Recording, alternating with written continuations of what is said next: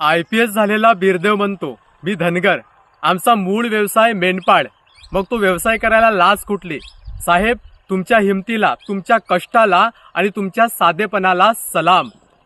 बिरदेव सिद्धप्पा डोने, जिल्हा कोल्हापूर, तालुका कागल, गाव एमगे.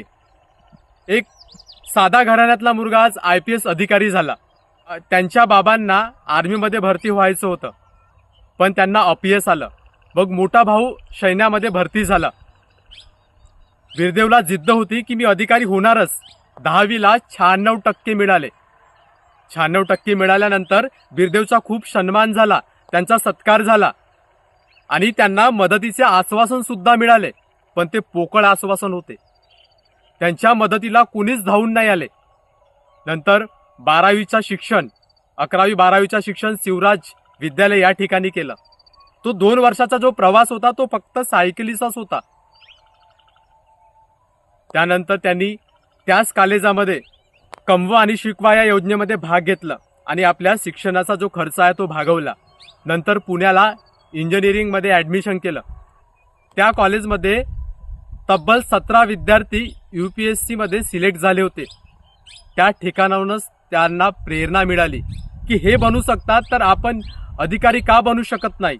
पण आज सोशल मीडियावर वेगळंच काही सांगितलं जातो. हे मोबाइल गुम हो गया और वो पुलिस थाने में जब इसकी शिकायत करने के लिए गया तो उसकी मदद नहीं की गई. वहीं पर वीरुदेव ने ठान लिया कि वो IPS बनेगा और लोगों की मदद करेगा. इसके बाद वीरुदेव ने दिन रात मेहनत की. त्यानंतर त्यांनी दिल्ली या ठिकाणी कोचिंग लावले आणि यासाठी सुद्धा त्यांचे जे मित्र होते, रूम पार्टनर किंवा सवंगडी, त्या सगळ्यांनी त्या बिरदेवला मदत केली. यंत्रा हार्वेस्ट कंपनीने 2,35,000ची मदत केली. तिथूनच हा बिरदेवचा प्रवास सुरू झाला आणि अखेर एस घेऊनच थांबला. आणि आज साधारण मेंढपाळाचा मुलगा आज एक IPS अधिकारी झाला. हे तुम्हा आम्हासाठी सगळ्यांसाठी प्रेरणा आहे. आज जर आपली सुरुवात आणि आपले सवंगडी जर चांगले असले तर निश्चितच आपण यशस्वी होऊ शकतो. म्हणजे यासाठी संगत आपल्याला चांगल्या व्यक्तींचीच पाहिजे.